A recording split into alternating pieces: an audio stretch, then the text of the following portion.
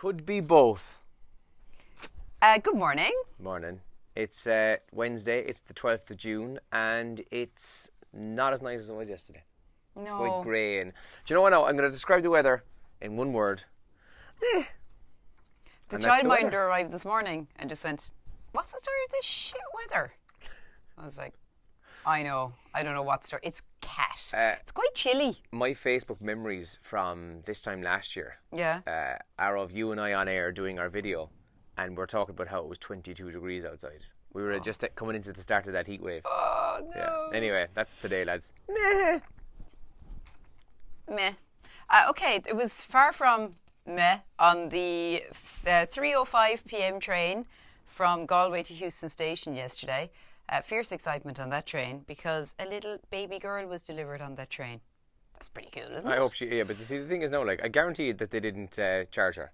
This is ridiculous. Yeah, and for wrecking the place as well. Wrecking the place. There was an off-duty doctor on board, luckily for all involved, because Alan Devine is a doctor from Donegal on his way to a conference when the train came to a stop in County Kildare, and he had to go to the assistance along with a nurse and an ambulance crew member as well. The woman went into labour on the train and delivered a little baby girl, so that's on the front page of the Irish Independent this morning, and all seems to be well, so that's good. Lovely good story, outcome. Yeah. She was lucky there was a doctor nearby. Do you know when they ask you on a plane, I've been on a plane, is there a doctor on board, a person with medical training on board? My brother has a PhD, so he said, he can put doctor. He's a doctor, so he did it once, booking a flight for the crack. And then his friends were all slagging him off, oh my God, if anything happens, they're going to be like, go to the guy in 3F. He's a doctor. You're screwed. So when he was checking in, he was like, can I just carry something up there? I'm not an actual medical doctor. And you're always like, oh, that's fine. No, don't worry about it. Don't worry about it. He was mortified in case something happened. And the Scally report is on the front pages as well, sadly, again this morning. More coming out of that. It was... Cervical Check said, I think last year, that 6 other labs were officially being used by Cervical Check to carry out some of the screening programme. It now turns out, I think maybe 16 labs were being used.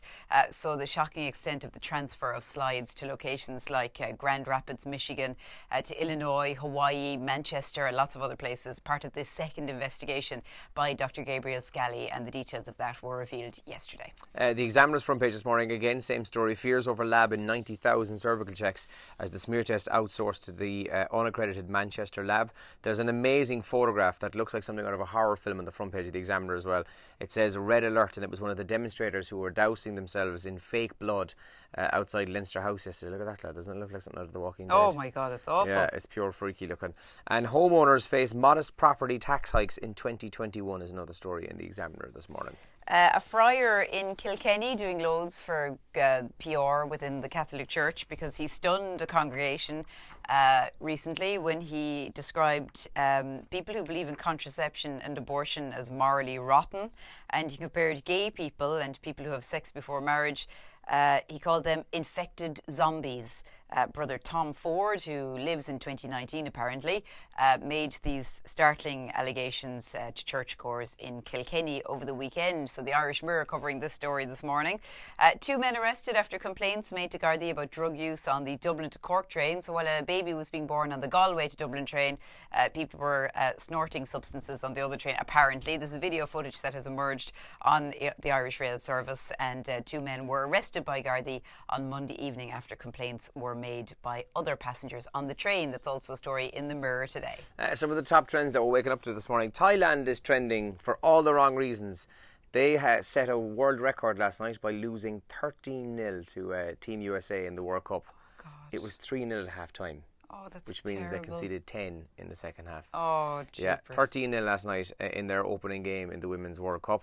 The Backstreet Boys are trending. They played Dublin last night, and while I was looking at some of the pictures a while ago, I came across a link that said that the Backstreet Boys tour has made nearly $18 million in the past 12 months. And obviously that, I would imagine, would include playing in Dublin last night. So if you were there, we'd love to hear about how that was. Yeah. Bit like me going to the Spice Girls, isn't it? Backstreet Boys, yeah. Love Island trending for a few different reasons. One of them is that Sharif, who is gone from the show, he apparently broke the rules. We don't know what the detail of that is yet, even though Andrew and I both independently read an article that said the real reason revealed. And then in the article said the real reason why Sharif hasn't been revealed yet. We were like, What kind of crap article is this? Yeah, it was literally clickbait because in the article it doesn't actually say what happened or why he's gone.